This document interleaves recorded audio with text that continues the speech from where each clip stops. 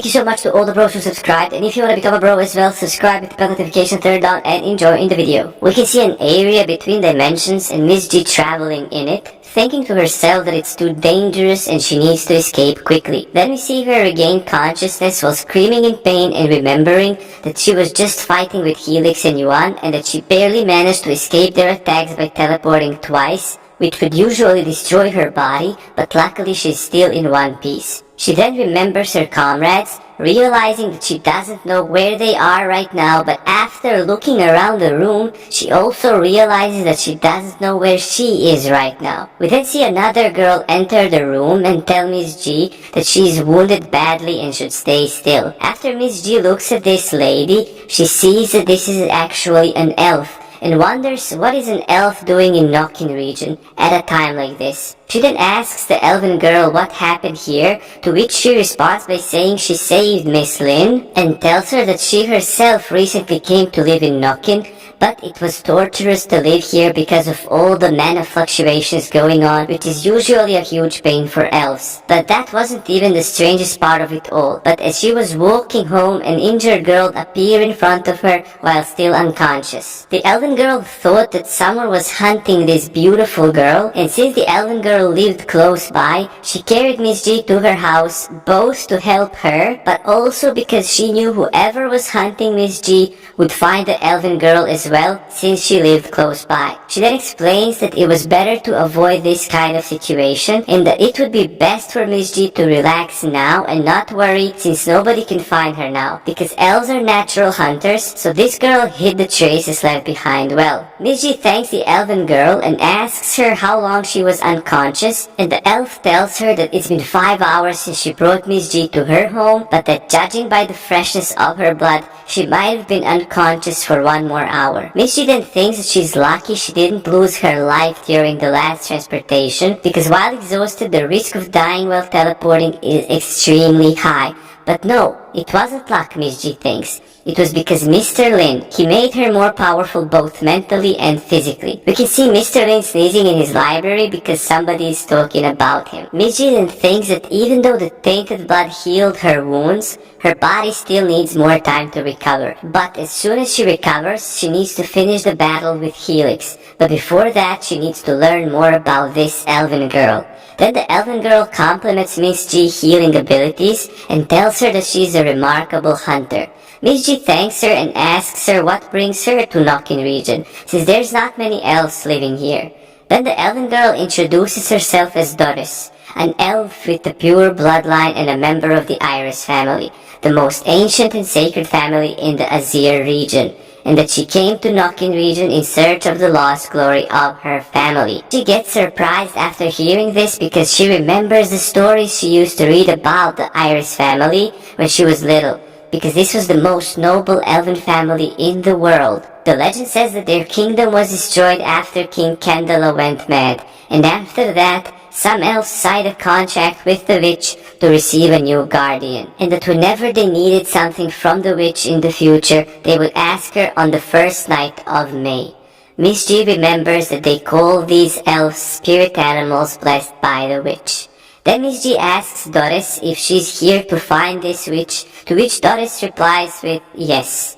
Doris then explains that this witch is an ancient mystery because no one has ever seen her true face, and that according to legends, this witch resides in a dream world covered with snow, a world that only has white irises and a towering tree formed by the skeleton of an ancient dragon. And as she's describing this witch, we actually see that this is Silver, a woman from Mr. Lin's dreams that we mentioned in one of the previous episodes. Miss G is surprised because she knows that nobody knows anything about Silver, only that she's the original witch, and because she thought this was just a myth and didn't expect this to be real at all.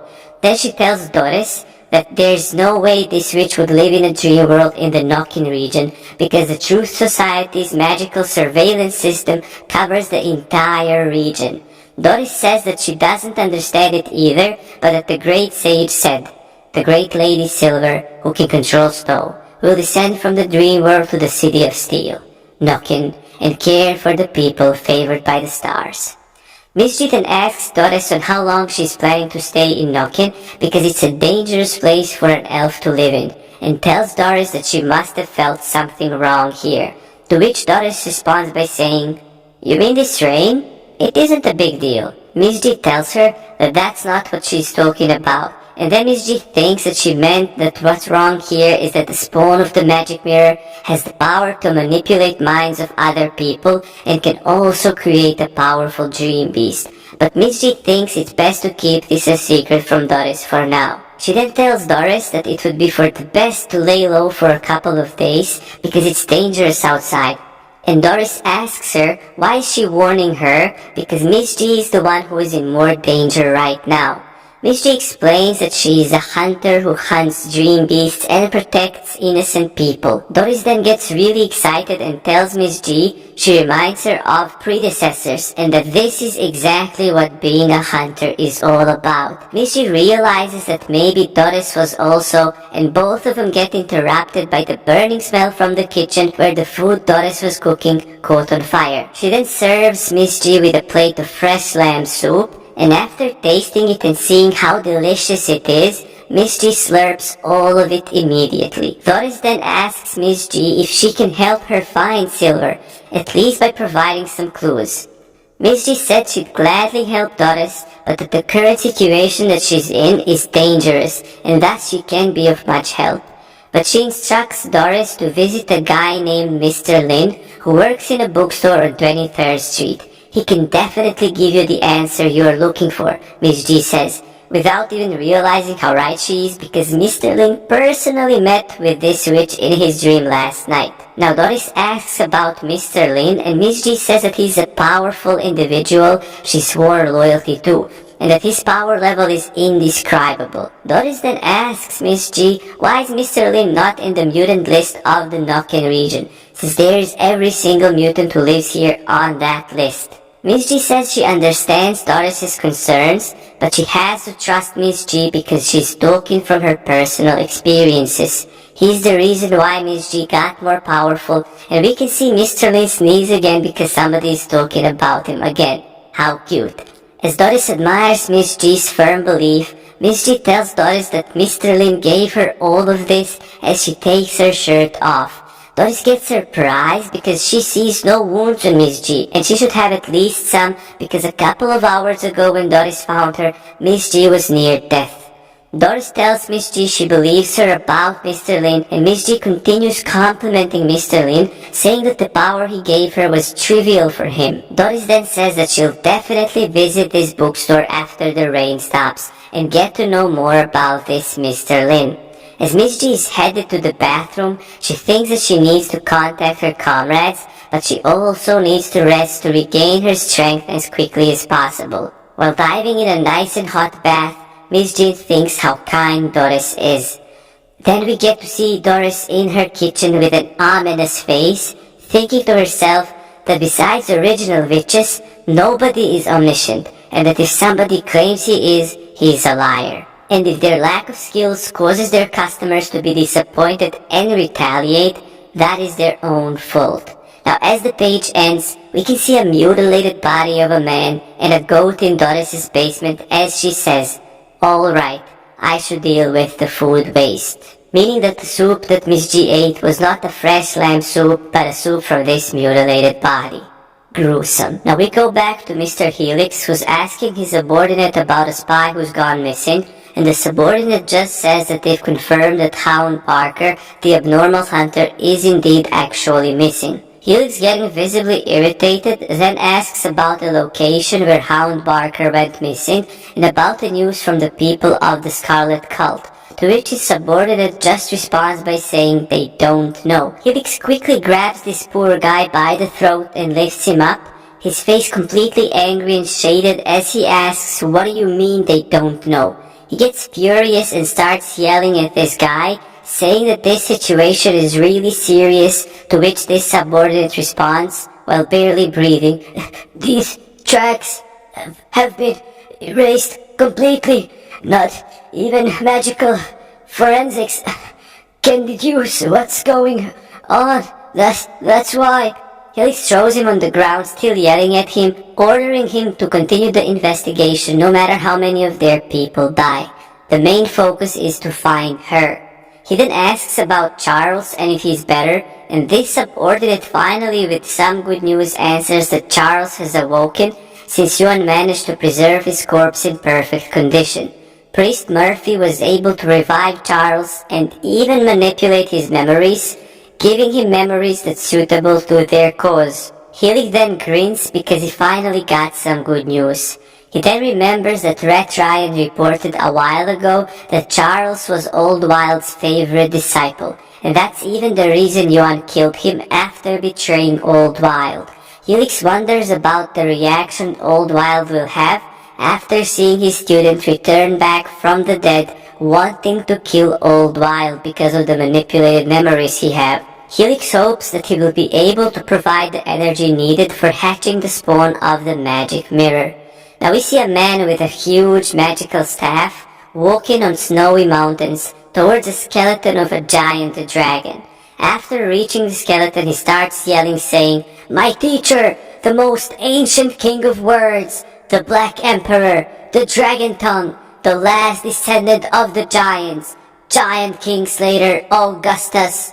My name is Wild, and I come to call upon an audience with you. Please, bless this pupil with power and bear witness to my great work." Then Wild gets surprised after hearing a voice that claims that there's no need for magic, and the voice says that it yet has to decay to stone. We can see purple energy shooting all around, and a giant hand appeared, slamming the skull of a dragon right next to young Wild. Then we can see he summoned the giant king of mages, who greets young Wild and asks why did he come here.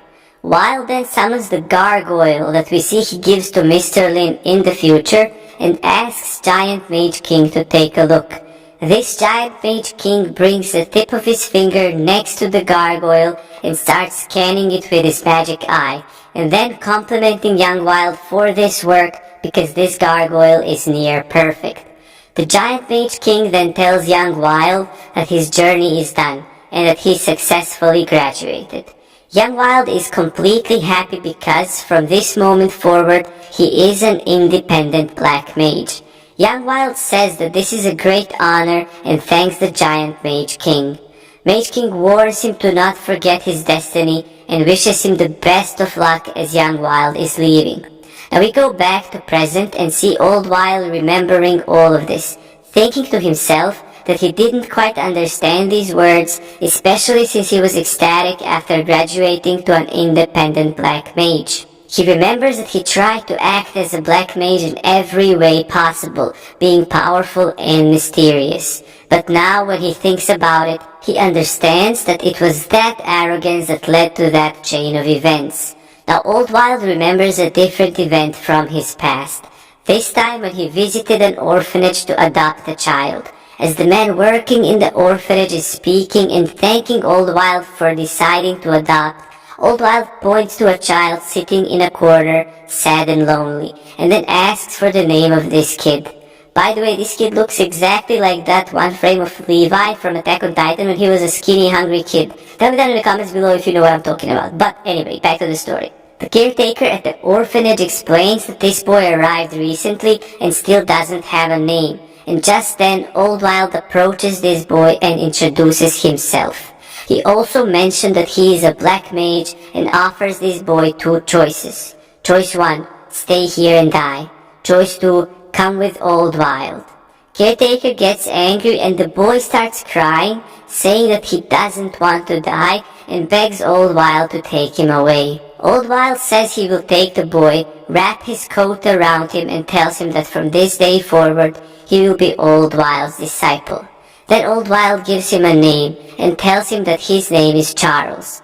And yeah, Charles is the guy from earlier that was revived after dying that was Old Wild's favorite disciple. The boy is a bit confused at first, but then gets happy and says, "Okay, master." Old Wild then thinks to himself that black mages pass their knowledge with language, and that's why the relationship between a master and disciple is oftentimes more closer than one with family members.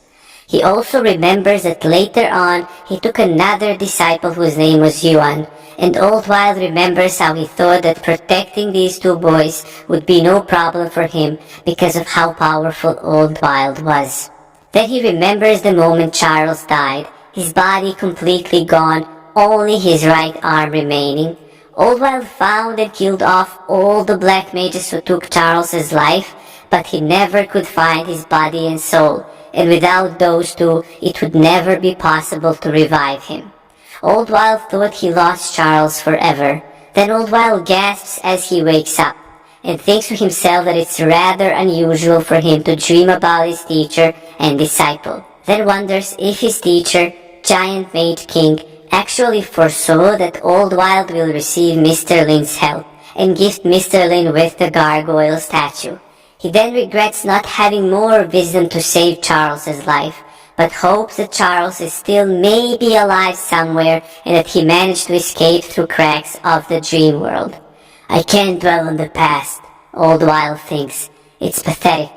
A miracle isn't going to happen, and just then, someone knocks on Old Wild's door, surprising him. Old Wild asks who's there, realizing nobody except him and Charles know about this hiding place. Then outside in the rain, we see a robed boy saying, "Teacher, it's me. I'm back. It's me, Charles. Are you there?" Charles explains that the black mage that tried to kill him threw him into a crack of the dream world, but that the crack wasn't too deep and just now he managed to escape. Charles continues speaking, saying, "Are you not there? I'm waiting for you here. It's just like back in that orphanage, how you came back to me back then. I don't want to die. Please, take me away. Teacher." And Charles faints.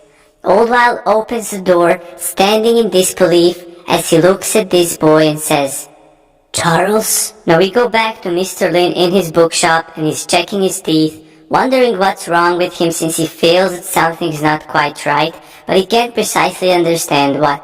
While looking at himself in the mirror, he thinks that he still looks the same, but that this behavior is becoming more and more like a motivational speaker. So much so that he says if he wore a robe of a priest, people would confess on the spot.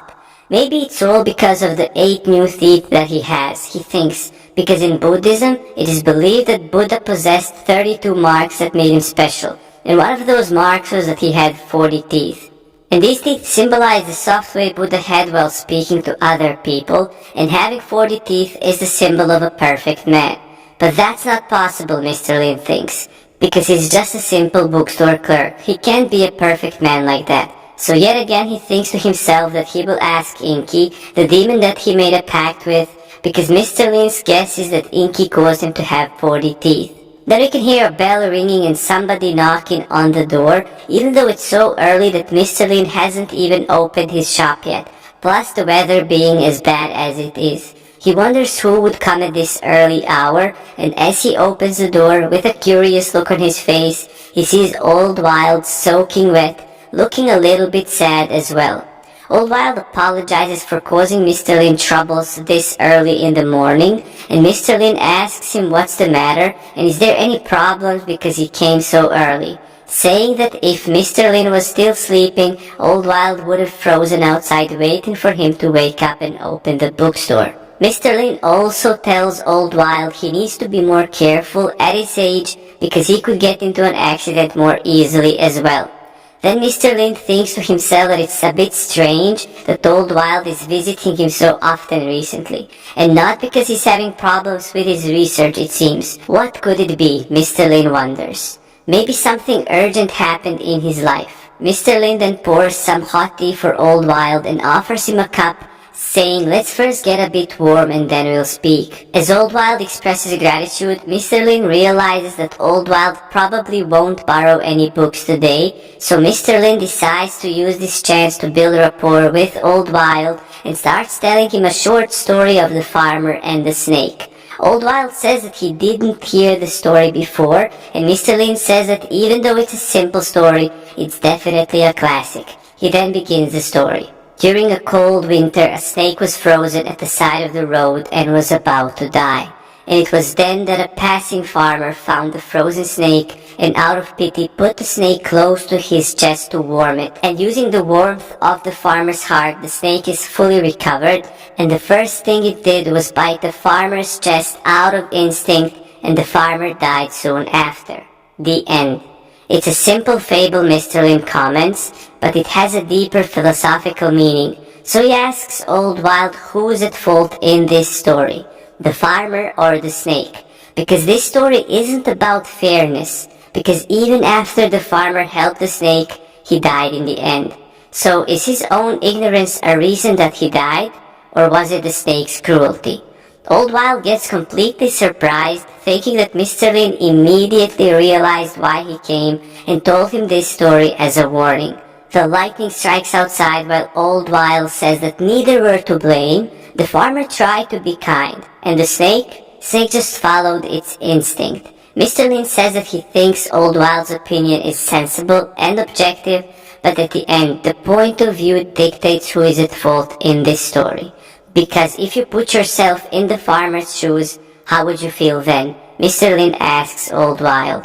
Old Wild, shocked yet again by Mr. Lin's words, answers that he would probably feel regret. And Mr. Lin tells him he needs to have more certainty in his voice, and says that the biggest regret definitely is that the farmer didn't understand the snake's character sooner, and that having blind kindness is never good, because there are a lot of bad people in the world who would use it and abuse it. So you should always be wary of those people and don't trust them easily, because if other people don't have hearts and will try to abuse you when they get the chance, they won't even appreciate your kindness and will only take it for granted. Old Wild then draws similarities between Mr. Lin's words and his own life, thinking that if someone doesn't have a heart, he's already dead, and that his Charles is already dead as well. Mr. Lin smirks and asks Old Wild if he understands the point Mr. Lin is making, and Old Wild confidently answers, yes. Mr. Lin is happy now because he was able to make Old Wild more relaxed now with this short fable, and since the atmosphere is more relaxed and casual now, Mr. Lin needs to figure out what's the problem that Old Wild is having in his life right now. Analyzing the situation and thinking that this matter is so big that he came to Mr. Lin to ask for a helpful advice, and for an old man like himself, there can only be one issue that's this big, and that's his family. Then Mr. Lin remembers that Old Wild mentioned before that he has 2 adopted sons, one which left abroad for work and lost contact, and the other one who tried to find his real parents and had a fallout with Wild, and that's why Old Wild doesn't even want to talk about him. The second one should not return, Mr. Lin thinks, so the problem must be the first adopted son. Then Mr. Lin asks Old Wild about Charles, to which Wild responds by saying that yes, Charles has returned, and Mr. Lin says if that's the case, I can understand your situation completely. Now another misunderstanding is in the making here, because Mr. Lin thinks that Charles returned back to get inheritance from Old Wild, because Old Wild is quite old, so Charles probably thinks he'll die soon, and has come back for Wild's money. Then Mr. Lin tells Old Wild that the Charles that returned now is not the perfect Charles which Old Wild remembers, saying that people who suddenly return and start talking and acting nice to their family members are usually there to get something in return. Mr. Lin thinks that even though Old Wild would wish that this is his old Charles and that he didn't change at all, is it really him though? Now, imagine what's going through the mind of Old Wild. His hand is shaking while he's holding his cup of tea, and continues to listen to Mr. Lin, who tells him that even though this might sound a bit cruel, Old Wild, do you really want to become like that farmer? Do you really want to show your soft side to a cold-hearted snake? Old Wild thinks that Mr. Lin is definitely right, and that Old Wild was just lying to himself about this Charles that has returned, wanting him to be the old Charles, but it's obviously not. He remembers his recent interactions with Charles, where Charles showed no respect towards Old Wild, and Old Wild thinks that he was just remembering old Charles because he has beautiful memories about him, So much so that he trapped himself in this situation with new Charles, and he wasn't even able to tell the difference between what's real and what's not. He missed his Charles so much that he allowed himself to be fooled now by the new Charles, and thanks to Mr. Lin, Old Wild finally knows what he needs to do. Old Wild thinks to himself that he needs to kill the fake new Charles once and for all, and all those who are using his decaying body as well. Old Wild starts crying and saying that he just wanted to stay with him a bit longer, but that it's time to wake up from his dream. As he prepares to leave the bookstore and thanks Mr. Lin, Mr. Lin tells him that he trusts in Old Wild's decision and tells him if he changes his mind, he might regret it more down the line. Then Mr. Lin again thinks to himself that even though it's hurtful, people who try to scam old people for money need to be exposed, and as Old Wild's friend, it's Mr. Lin's duty to offer him guidance. As Old Wild leaves the bookstore, he tells Mr. Lin he won't give Charles a second chance, and tells him that soon there will be a gathering where Old Wild would spread Mr. Lin's word, and Mr. Lin says he's looking forward to it. Now we see mind-controlled Charles back in Old Wild's hidden base, thinking that the mission is going smoothly and he'll learn all the Old Wild spells soon. He hears Old Wild at the door, and as Charles opens it, Old Wild orders him with a happy face to bring him his sacrificial knife. Charles runs to get the knife as Old Wild tells him he has a very important spell he needs to test right now. As Charles brings the knife to Old Wild, we can see the person controlling him thinking that soon he will learn Wild's very important spell, and after learning it, he will use Old Wild's favorite disciple to end Old Wild's life. Just then we see Old Wild stab Charles in the head, and while Charles is falling to the ground, with his last breath he looks at Old Wild, and Old Wild tells him to rest in peace. Old Wild uses a spell to learn who was controlling Charles and says, "So it was you, Murphy." Okay, the story is getting crazy, misunderstandings on top of misunderstandings. And if you want to know what happens next, subscribe with bell notification turned on so you see when it goes live, probably day after tomorrow. Thank you so much for watching this video, bros. Stay awesome, stay giga chads, and peace.